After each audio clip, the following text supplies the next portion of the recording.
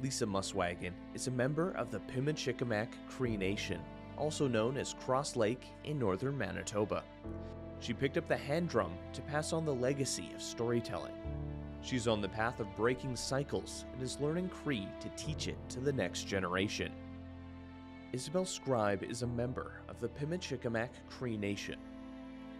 Isabel provides culturally responsive counseling, therapy, Indigenous ceremonies, and empowerment through storytelling, workshops, and sharing circles. Hello, welcome to today's Indigenous Languages show series in Cree. Danse Lisa Muswagon Nitisniga Sun, Pimicikamak Nina Oche, Ininu Esquel Homanina.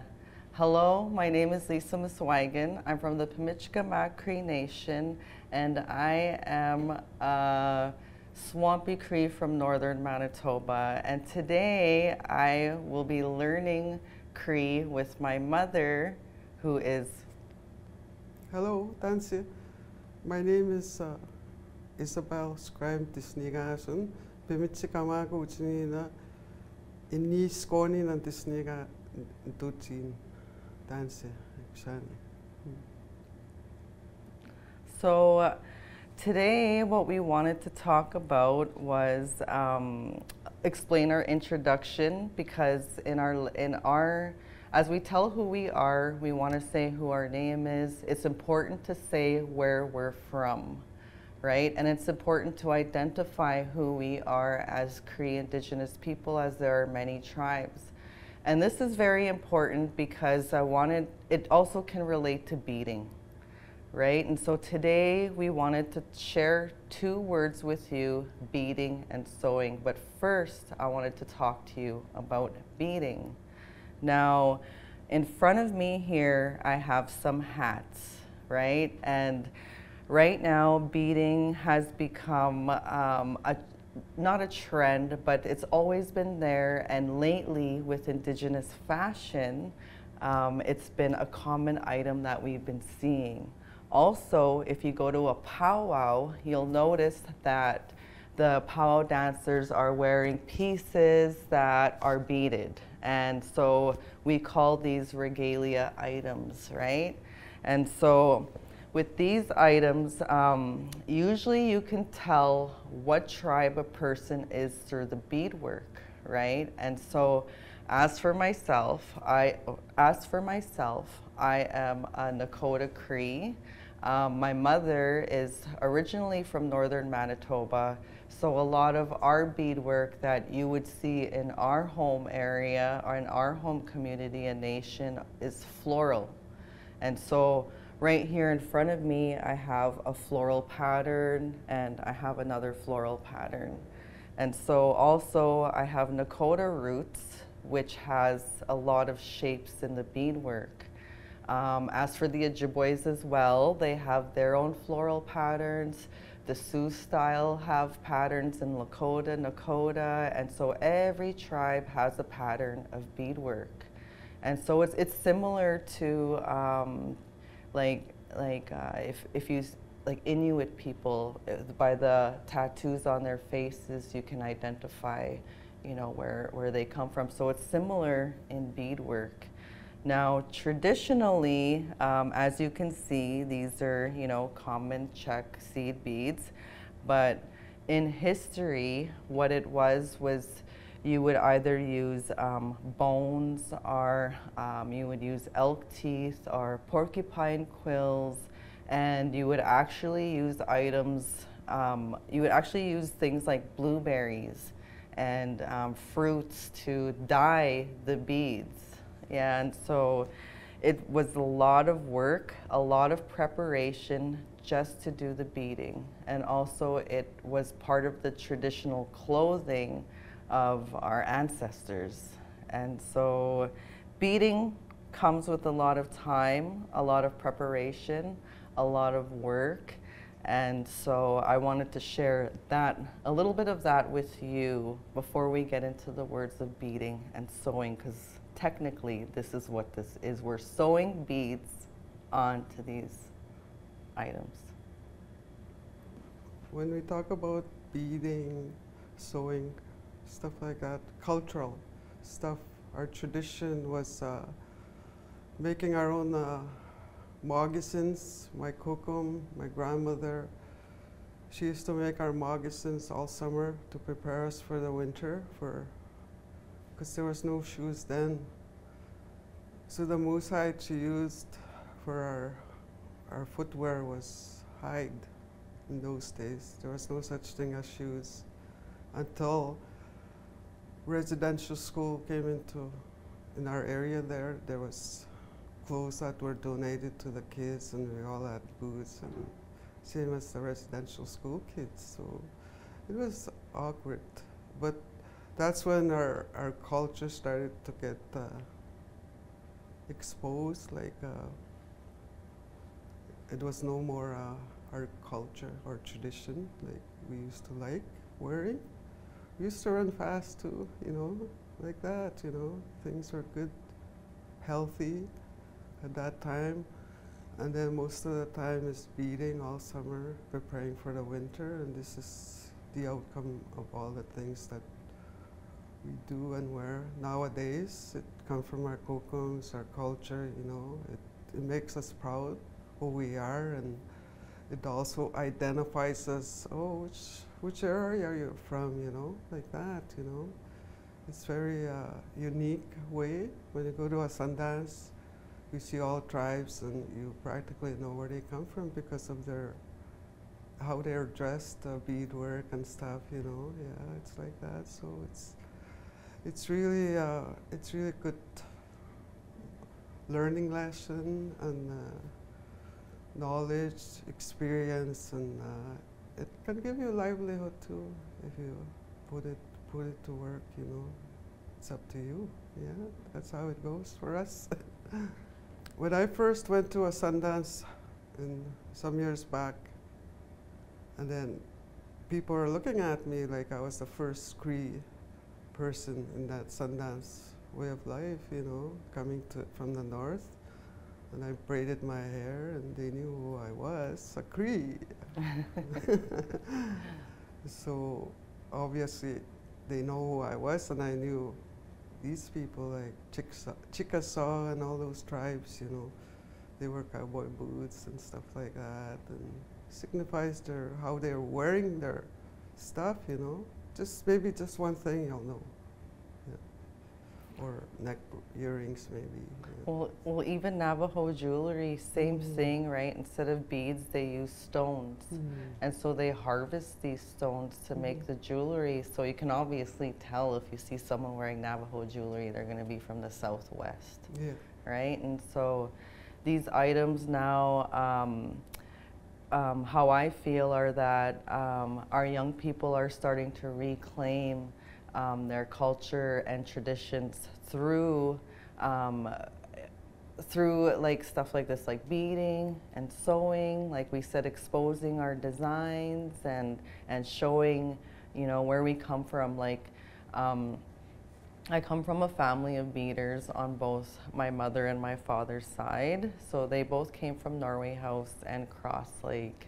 And so I remember seeing a lot of floral patterns, but I also remember my grandmother showing us my father's dancing regalia when he used to dance, and it was a lot of geometric pattern, and so that would represent his Nakota. So if he was to dance in a Cree territory, then you would identify that geometric design. So there's a lot more to beading. Beading just isn't beading. You know, we can go to an H&M store, and now people have appropriated these items as well.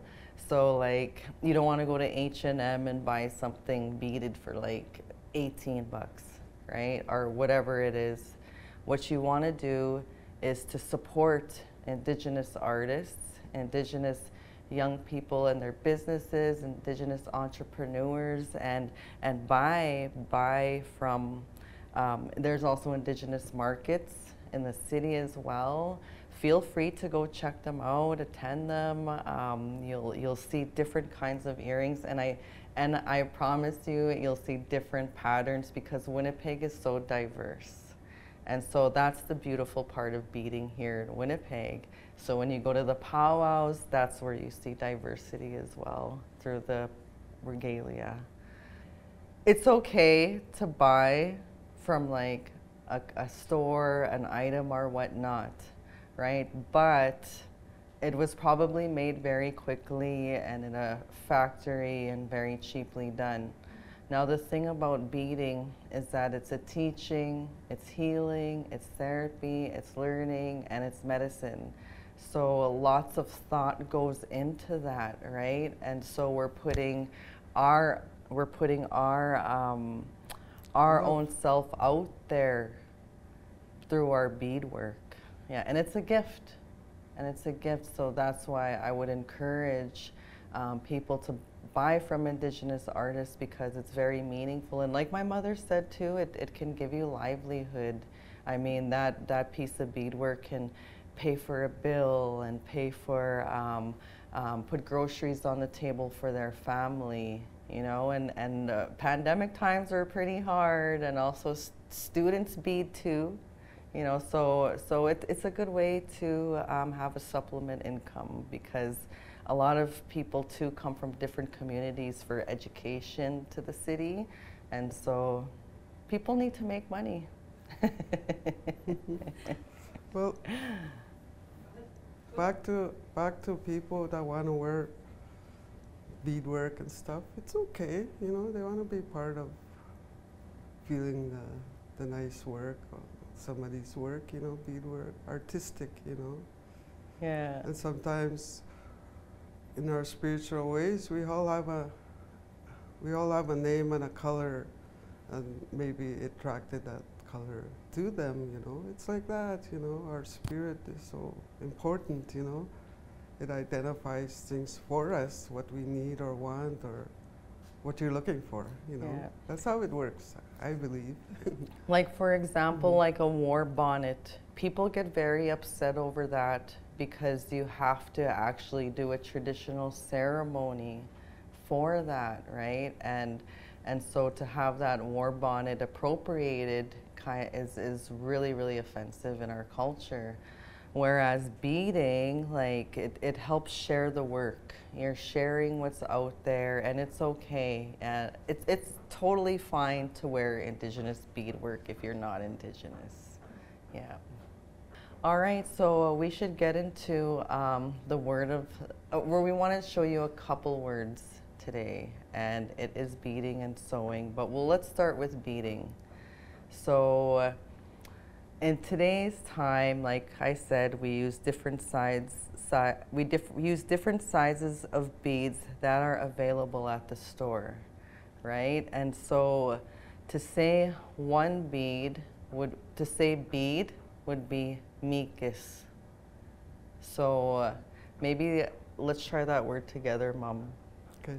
1, 2, 3. Mikis. All right. Mikis. Beading, bead. Yeah. Bead. Mikis. Mikis. Now, to do beading, right, because we're beading with several beads, we call this beading mikisak. Mikisak. Yeah, so now we're adding another syllable from the word mikis. So we are going to say mikisak. Mikisak. Let's try it together. Mikisak. And that's beading. So now, so mikis is the root word. Mikisak is plural. Now we're going to get into I am beading. So it's a little bit adding on to the root word. And so if I was sitting here, and the question you would ask in Cree, if you want to know what somebody is doing, you would say, "Gegwan dutaman." Did I say that correctly? Yeah. How would you say it? What are you doing? Gegwan tutaman. Gegwan tutaman. Yeah. So she would come and say, "Gegwan dutaman," and then I would say, "I am beading," which I would say, "Nina ne, wait, Nina, Nina, ne, Mikistaikan. Nina, ne, Mikistaigan.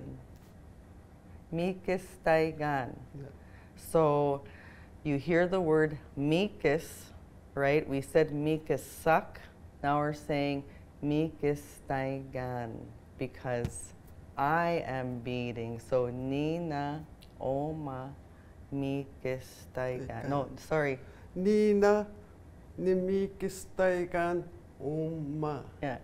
Nina, Nimikistaigan, Oma. Try that with us. Nina, Nimikistaigan, Oma. Wow, that's a mouthful, hey, but you'll understand how Cree works, right? Because in reality, right, we don't really have words that would say like this type of bead today. So we got to go back into the history of Mikis and then building onto that root word. All right, so that's I am beading. Now we're gonna get into you are beading. So if I was to say like she is beading or you are beading, then we would kind of Kina, Kimikistaikan. yeah. Gina Kimikistaigan. Yeah. Gina Kimikistaigan. Kina, Kimikistaikan. Gina Kimikistaigan. Yeah, so I guess to explain this is Nina is me, Gina is you.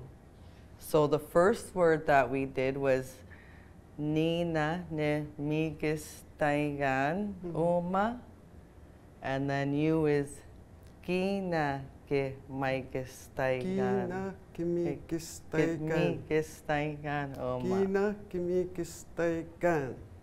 Gina ke Gina ke Mikistaigan. There. See, sometimes I need a little bit of help from my mother to have the pronunciation, so I'm still learning too. Okay, so how we want to say, another way to say, like if a group of people, like Gegwan Dutaman, are like if we're asking like what are you doing, and then we can say they are beading. So it takes it away from me and her or whoever from the conversation, right? So that's when we would say. So, How do you explain that? Ki na no ki mikistaikan no. Ki na no ki mikistaikan no. Ki na now Ki mikistaikan. Ki na no ki mikistaikan. Ki na now ki Mikistaigan. Yeah, so ki na now means Together. yeah, together they're beading. Yeah, so those were some of the words that we wanted to show you how Cree builds on from a root word. Yes. Yeah, so remember in the beginning, Mikis was the root word. And how do we say many beads again? Let's try that together. 1, 2, 3. Mikisak. Mikisak. Mikisak means beading. Mikis is bead. Mikis is like one bead. Yeah. The next word that we want to show you is sewing.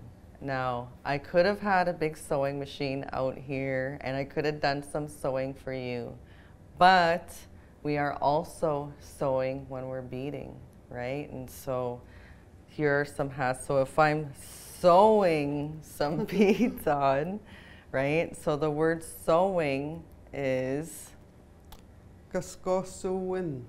Kaskasuwin. Kaskasuwin. Kaskasuwin. Sewing. Yeah, let's try it together. Kaskasuwin. Sewing. Kaskasuwin. Kaskasuwin. Sewing. Sewing, yeah. Yeah. And Now similar, we're gonna build on to the word giskasuwin. And so giskasuwin, like we said, is sewing. Now, if I am sewing, my mom would ask the same question. Gegwan tutaman. Like, what are you doing? And I would say, Kekon tutaman. Nina ne kaskasuwin. Nikaskosun. Nikaskasun. Nina ne kaskasun. Yeah. Nina ne Nikaskosun. Nikaskosun. ne Nikaskosun. ne kaskasun. Nina ne kaskasun. No. Nina Nikaskosun. Nina ka Nina ne kaskasun. Get it? Nina ne kaskasun. So that's about 6 syllables that we gotta get in there. Nina ne kaskasun. Got it? Yeah. There, I got it. Yay! I am sewing. All right. Okay. So the next one, same similar as I am beading. Now we're gonna say you are beading. So I'll ask my mom. Gegwan tutaman. Kina Kikaskosun. Kina kikaskosun. Kina Kikaskosun. Kina Kikaskosun. Okay, Kina kikaskosun. Kina Kikaskosun na. Giga Kina Kikaskosun na. Kina kiskosun na. Kina Kikaskosun na. There, I'm asking you that question. And now I'm sure you have that, right? I'm sure you're practicing at home. Do you want to try that one word again? It's a little bit of a mouthful, but we can do it together. So 1, 2, 3. Kina kikaskosun. Kina Kikaskosun. I don't. There we go. So that is you are beading. All right. So the next word that we're going to say is if a group of people are beading, then they are beading. So if my mom asked me, what are they doing? Then what would you say? Kaskosun na wow. But you would say, Kegon tutaman Okay. uge.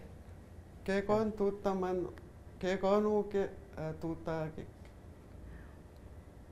And you say, are you part of it, right? Yeah. Nikaskosunan uma. Nikaskosunan oma. Yeah. Nikaskosunan oma. Nikaskosunan uma. Nikaskosunan uma. Nikaskosunan uma.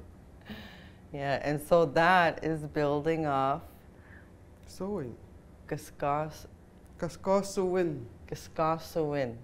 Sewing. Kaskasuwin is sewing, and that's what we were building off. So I am sewing, you are sewing, they are sewing. they including me. But if it was they without me, then we would say kaskasuwak. Kaskasuwak na anike. Kaskasuwak na anike. Kaskasuwak na anike. Kaskasuwak na anike. Kaskasuwak na anike. Kaskasuwak na anike.